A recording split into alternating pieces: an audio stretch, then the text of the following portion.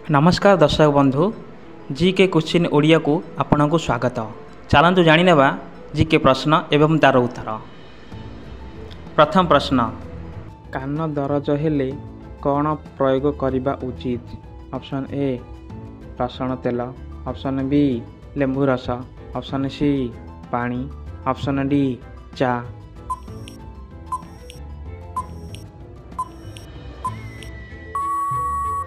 यार सठिक उत्तर होउची ऑप्शन ए रसुण तेल। रसुण तेल कान रे पकेबा द्वारा दरज कमी जाए। चलतु जाणीनेबा नेक्स्ट प्रश्न, पेट सफा रखिबा पाई कौन खाइबा उचित? ऑप्शन ए अमृतभंडा, ऑप्शन बी आलू, ऑप्शन सी भात, ऑप्शन डी रुटी।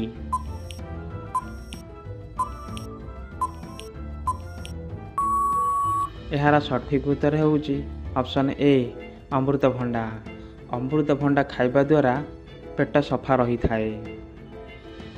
चलतु जाणीनेबा नेक्स्ट प्रश्न, निद न हेले कौन पीवा द्वारा भल भाव निद आसे? ऑप्शन ए गरम क्षीर, ऑप्शन बी ठंडा पानी, ऑप्शन सी लेंबू पानी, ऑप्शन डी कॉफी।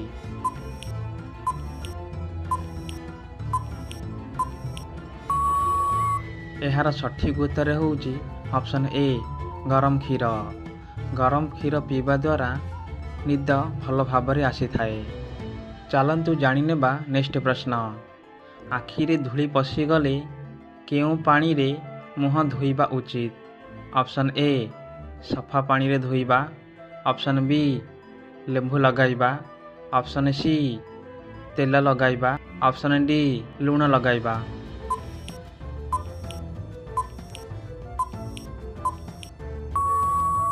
यार सठिक उत्तर होउची ऑप्शन ए सफा पानी रे मुह धोइबा। आखिरे धूली पशिगले सफा पानी रे मुह धोइबा उचित।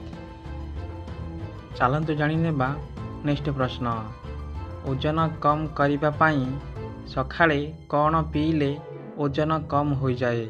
ऑप्शन ए उषुम लेंबू पानी, ऑप्शन बी ठंडा पानी, option C coffee, option D क्षीर।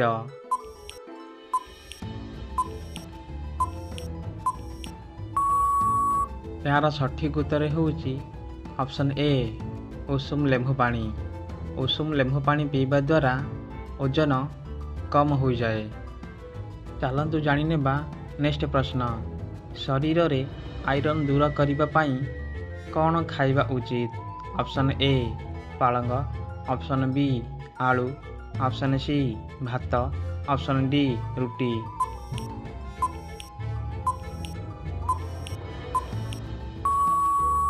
यार सठिक उत्तर होउची ऑप्शन ए पालंग। शरीर रे आयरन दूर करिबा पाई पालंग खाइबा उचित। चलतु जाणीनेबा नेक्स्ट प्रश्न, अधिक झाल आसिले कौन पीवा उचित? Option A ORS, option B चा, ऑप्शन सी ठंडा पानी, ऑप्शन डी कॉफी।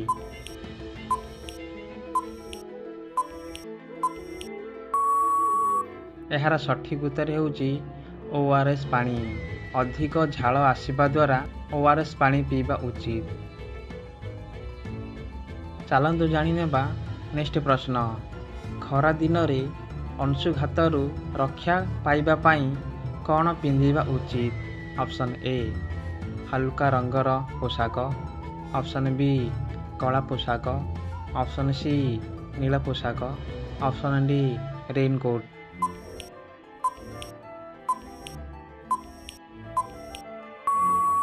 यार सठिक उत्तर होउची ऑप्शन ए हालुका रंगर पोशाक। खरा दिन रे अंशुघातरू रक्षा पाइबा पाई हालुका रंगर पोशाक पिंधिबा उचित। चलतु जाणीनेबा परवर्ती प्रश्न, मुंड बुलाइबा समय रे कौन करिबा उचित? ऑप्शन ए तुरंत बसी पड़िबा, ऑप्शन बी दौड़िबा, ऑप्शन सी डेइबा, ऑप्शन डी खाद्य खाइबा।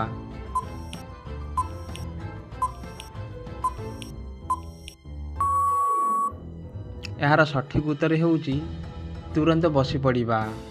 ମୁଣ୍ଡ ବୁଲାଇବା ସମୟରେ ତୁରନ୍ତ ବସି ପଡ଼ିବା ଉଚିତ।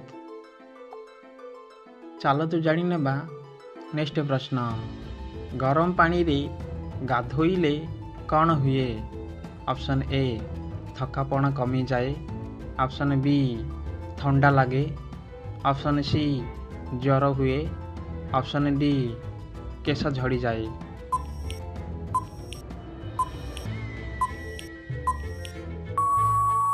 ଏହାର ସଠିକ୍ ଉତ୍ତର ହେଉଛି ଅପସନ୍ ଏ ଥକାପଣ କମିଯାଏ।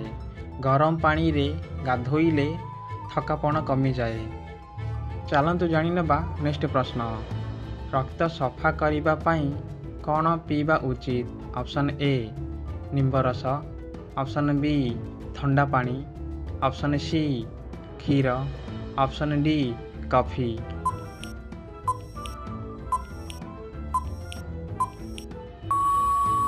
ଏହାର ସଠିକ୍ ଉତ୍ତର ହେଉଛି ନିମ୍ବରସ। ରକ୍ତ ସଫା କରିବା ପାଇଁ ନିମ୍ବ ପତ୍ର ରସ ପିଇବା ଉଚିତ। ଚାଲନ୍ତୁ ଜାଣିନେବା ନେକ୍ସଟ ପ୍ରଶ୍ନ। ପାଟିରୁ ଦୁର୍ଗନ୍ଧ ଦୂର କରିବା ପାଇଁ କ'ଣ କରିବା ଉଚିତ? ଅପସନ୍ ଏ ପୁଦିନା ଚୋବାନ୍ତୁ। ଅପସନ୍ ବି ଚିନି ଖାଆନ୍ତୁ। ଅପସନ୍ ସି ଲୁଣ ଖାଆନ୍ତୁ। ଅପସନ୍ ଡି କ୍ଷୀର ପିଅନ୍ତୁ।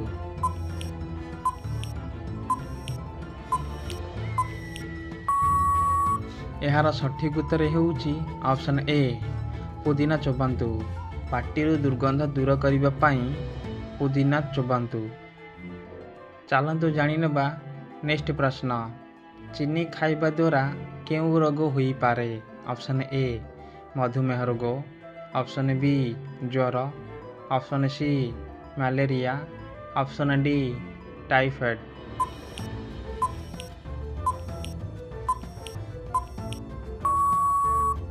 ଏହାର ସଠିକ୍ ଉତ୍ତର ହେଉଛି ଅପସନ୍ ଏ ମଧୁମେହ। ଅଧିକ ଚିନି ଖାଇବା ଦ୍ୱାରା ମଧୁମେହ ରୋଗ ହୋଇପାରେ। ଚାଲନ୍ତୁ ଜାଣିନେବା ନେକ୍ସଟ ପ୍ରଶ୍ନ। ଶରୀରର କେଉଁ ଅଂଶରେ ସୂର୍ଯ୍ୟ କିରଣରୁ ଭିଟାମିନ୍ ଡି ଉତ୍ପାଦନ ହୁଏ? ଅପସନ୍ ଏ ଚର୍ମ। ଅପସନ୍ ବି ଆଖି।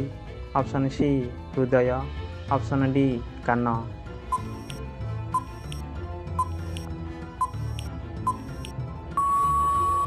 ଏହାର ସଠିକ୍ ଉତ୍ତର ହେଉଛି ଅପସନ୍ ଏ ଚର୍ମ। ଶରୀରର ଚର୍ମଠାରୁ ଭିଟାମିନ୍ ଡି ମିଳିଥାଏ। ଚାଲନ୍ତୁ ଜାଣିନେବା ନେକ୍ସଟ ପ୍ରଶ୍ନ। ଆଖିକୁ ନ ଦେଖାଗଲେ କେଉଁ ଭିଟାମିନ୍ ନେବା ଉଚିତ? Option A vitamin A.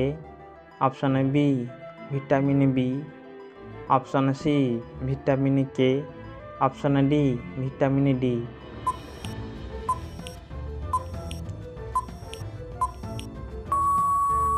ଏହାର ସଠିକ୍ ଉତ୍ତର ହେଉଛି ଅପସନ୍ ଏ ଭିଟାମିନ୍ ଏ। ଆଖିକୁ ନ ଦେଖାଗଲେ ଭିଟାମିନ୍ ଏ ନେବା ଉଚିତ।